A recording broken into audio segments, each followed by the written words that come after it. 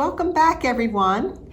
We just finished reading the story Grandma's Latkes, and in it, besides learning the story behind Hanukkah and seeing how the grandmom and her granddaughter Molly got to cook in the kitchen together, which is great fun, and we saw the recipe at the end of the book, which I hope you're all going to try at home.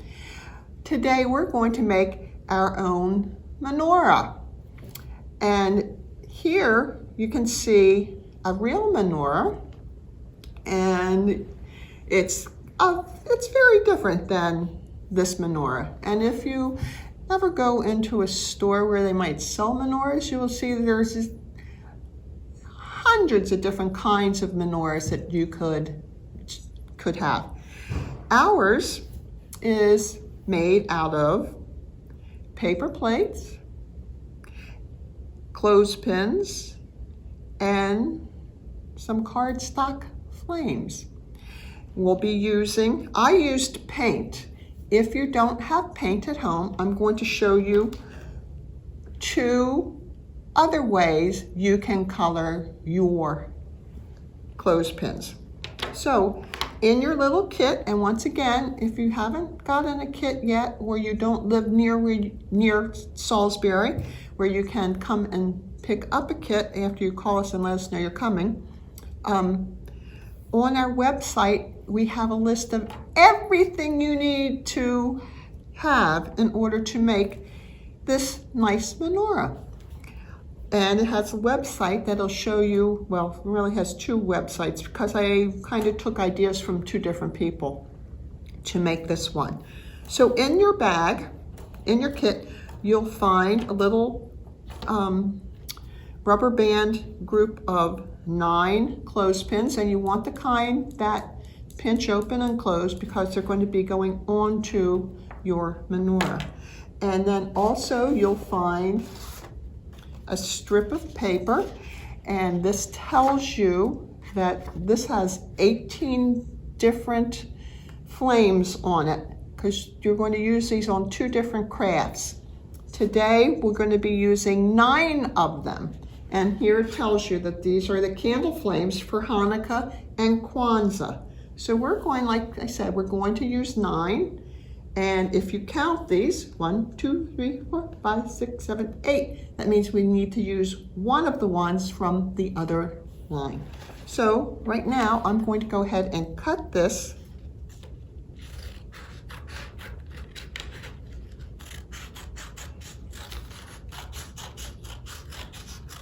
like this. So here's my 8. 8 plus 1 more gives me my 9 that I'll be using today. And I'm going to put my other 7 back in my kit bag because I'm going to use them later for Kwanzaa. And you're going to use them later for Kwanzaa. Also in our kit, I'm going to find 2 paper plates, white, and I've already folded them in half for you. One you're going to leave just like that. The other one, you're going to cut right here around that circle that is on the plate for, like, when you're using it, it's the very bottom part, the flat part. So the line is already there for you. And you just follow it around.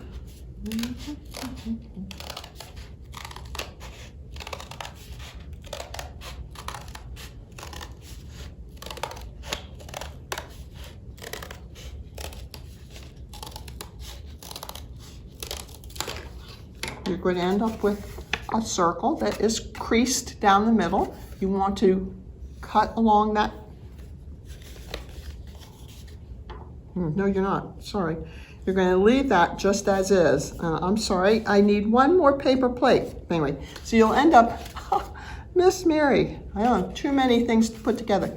You're going to use 2 small circles like this. And what you do with this big circle, you can either make something out of it, or you can recycle that.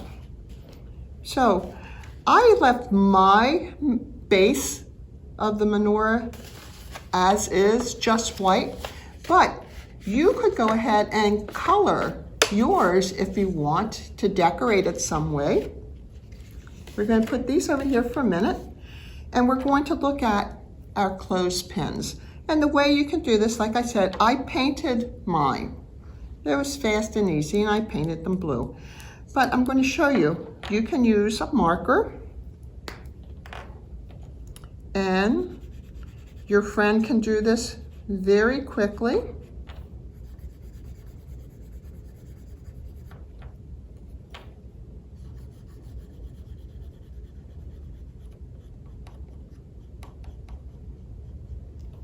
See, that was pretty quick. I went ahead and I painted both sides of mine, so you might want to go ahead and do that. And like I said, you can either use a marker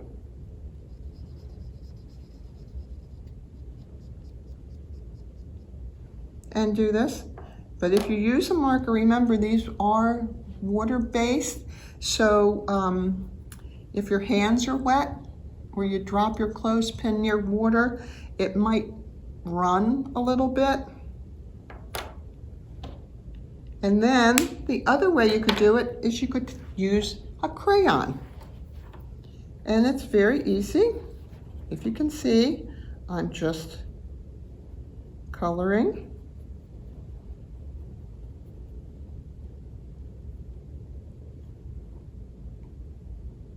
This. I'll turn it around so I can reach the other end where I was holding it.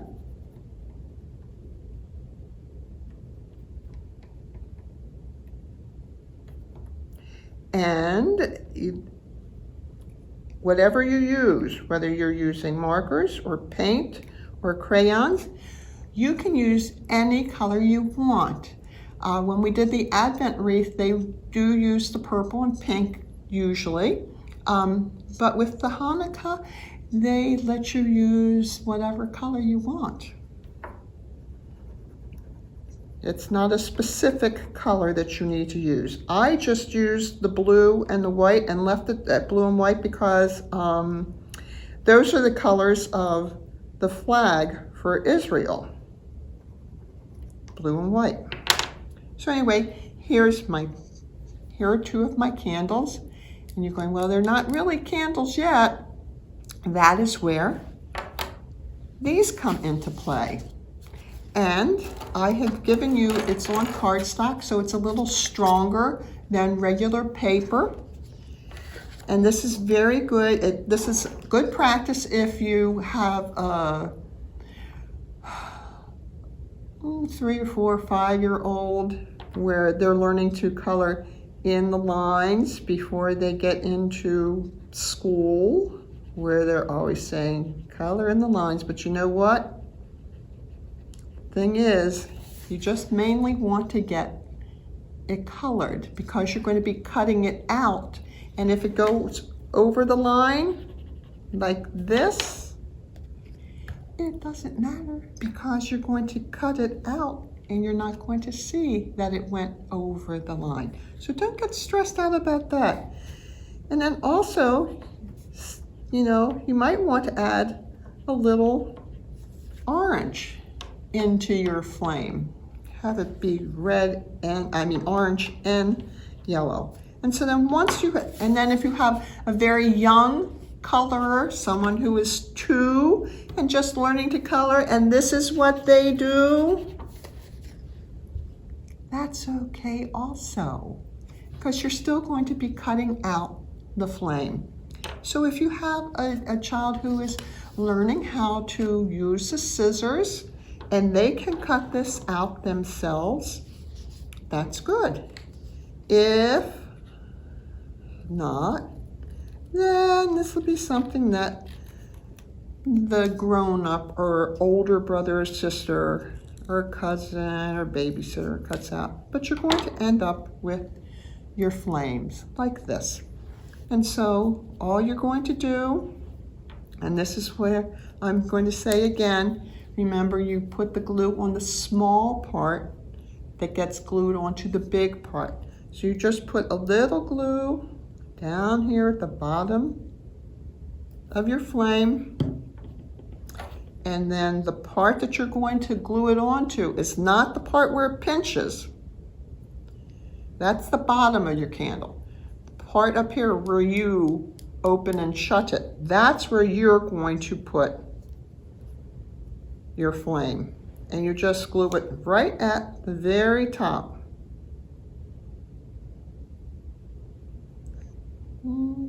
Just like, oh, it wants to move around. And as always, glue does take a little time to dry. So once you have glued it onto your candles, you want to lay them down and let them dry.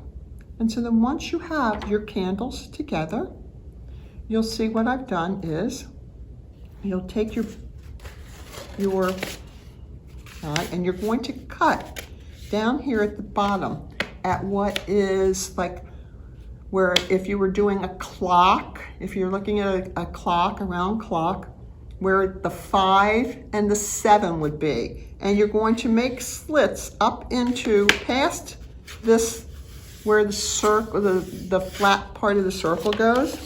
And you're just going to take your scissors and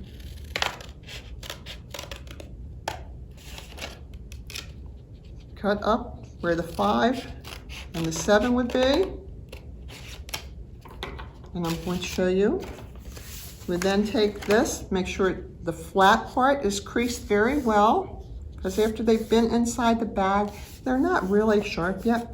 And you're just going to add that and slide it in like this. And if you were smart enough, and in the kit there will be enough paper plates. You need 3 of them, just like this. And you'll see that it would then be standing. And the one thing about Hanukkah is that they have all the candles on at one time, but they light them one night, this one, on the second night you have 2, on the third night 3, on the fourth night 4. And this one that's in the middle is the one that they use to light the other candles with. So that's why it's a little taller. And they're the same size, but if you see how I did it to show that this one is a little taller, is that when I added, and unfortunately, the clothespins are a little heavy, and so sometimes your plate will want to like fall over. That's okay. You might want to let it rest at nighttime. What I did with these guys, just so, and you can actually do a counting game with this and have them count the candles as you're putting them on.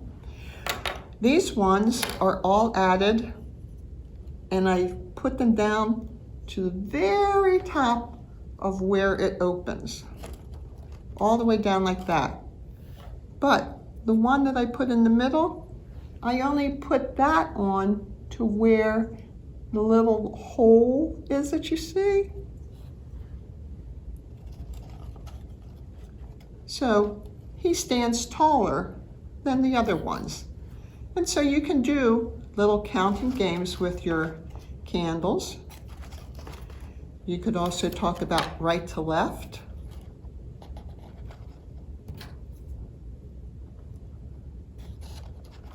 And as you can see, this guy wants to rest for a little while. You just pick him back up so he's standing. And then at nighttime, you might just want to take the legs off and let it lay down for the night. Anyway, have fun making your menorah, and I hope to see you soon.